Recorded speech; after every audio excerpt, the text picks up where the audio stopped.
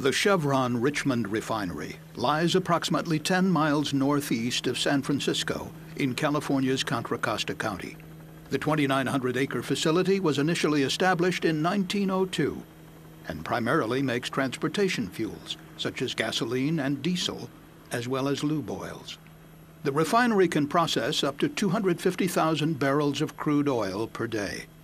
The first step of the refining process takes place in the crude unit, where crude oil is cleaned and heated before entering the distillation tower.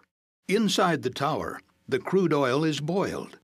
The vapor then condenses into various liquid hydrocarbon fractions, or streams, including jet fuel, diesel, and gas oil. The different streams exit the distillation tower through separate pipes or side cuts that lead to other sections of the refinery. On August 6, 2012, the crude unit was operating normally. Around 3:50 that afternoon, an operator was performing a routine check when he noticed a small puddle on the ground near the distillation tower. The liquid appeared to be dripping from an 8-inch insulated pipe 14 feet overhead. The leaking pipe was a section of the tower's number 4 side cut line, which operated at a temperature of 640 degrees Fahrenheit and contained light gas oil, a combustible liquid similar to diesel fuel. Chevron inspectors knew that over the years, the walls of the number 4 side cut had thinned due to corrosion, but they did not realize how close this particular segment was to failure. There was no shutoff valve between the pipe and the distillation tower, and no way to isolate the leak. The head operator was called to the scene. Although he believed the situation was serious, he did not believe the small leak warranted immediately shutting down the unit and stopping production. Following Chevron's standard practice for responding to hazardous leaks, refinery firefighters were sent to the scene. A number of managers, engineers, and technicians gathered there informally to assess the problem. The group discussed a recommendation from an operator to shut down the unit, but they decided to first try to pinpoint the leak by removing insulation from the pipe while the crude unit was still running. They hoped they could stop the leak with a temporary metal fitting known as a clamp. A Chevron firefighter tried using a pike pole to hook and pull away the insulation, but this poking action was deemed too dangerous because it was moving the pipe. The CSB later found that the tip of the pike likely caused a small puncture in the already thinned pipe. As the unit continued to operate, workers assembled scaffolding directly beneath the leaking pipe. 2 firefighters then used a hook to remove the insulation from the pipe. As they were working, hydrocarbon vapor began to flow out from underneath the insulation. The 2 firefighters backed away from the growing vapor cloud. As the hot vapor mixed with air, it ignited. That fire was quickly put out, and the 2 firefighters immediately climbed down off the scaffolding. But the exact location of the leak was still obscured by the remaining insulation and firefighting water. So the Chevron firefighters attempted to strip the insulation off the pipe with high-pressure water. But the leak suddenly worsened, and hot hydrocarbon liquid started to spray out of the pipe. A decision was finally made to begin an emergency shutdown of the crude unit. But it was too late. Suddenly, the pipe ripped open. A vapor cloud formed and rapidly expanded as the large inventory of hydrocarbons in the distillation tower started to vent through the ruptured pipe. The vapor cloud immediately spread over hundreds of feet, engulfing all 19 people who had gathered nearby.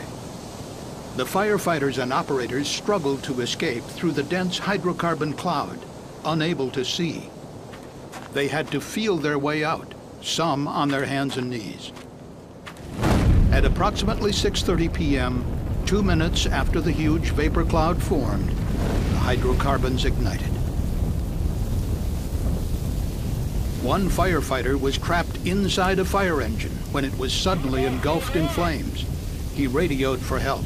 Mayday, mayday, mayday! This is phone 60. But when he received no response, he assumed everyone else was dead.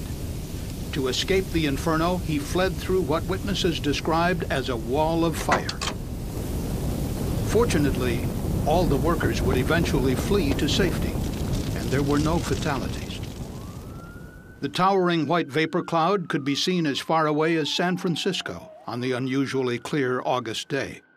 After the ignition, a dense plume of black smoke formed and drifted away from the refinery. The fire continued burning for hours.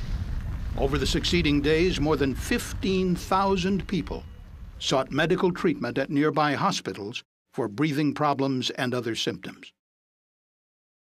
During its investigation, the CSB determined that the carbon steel pipe installed in 1976 had thinned to the point of failure from an effect known as sulfidation corrosion.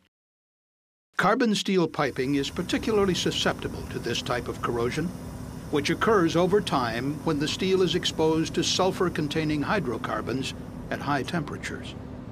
Steel piping that happens to be low in the element silicon corrodes especially quickly.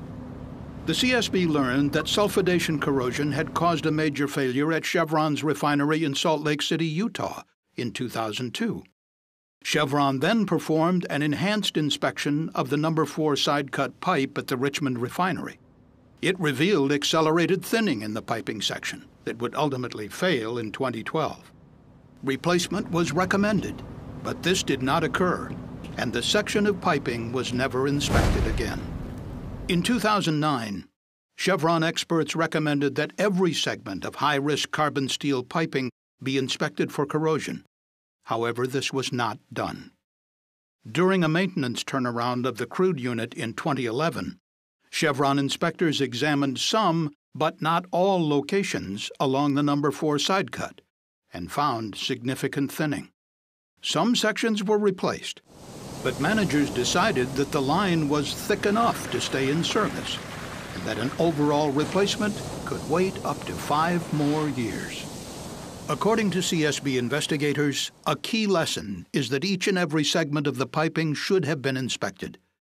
Most importantly, the pipe should have been replaced much earlier with an inherently safer corrosion-resistant alloy. The CSB also concluded that had the crude unit been shut down when the leak was first noticed, the massive fire likely would not have occurred. The 19 workers would never have been endangered, and the community would have been protected.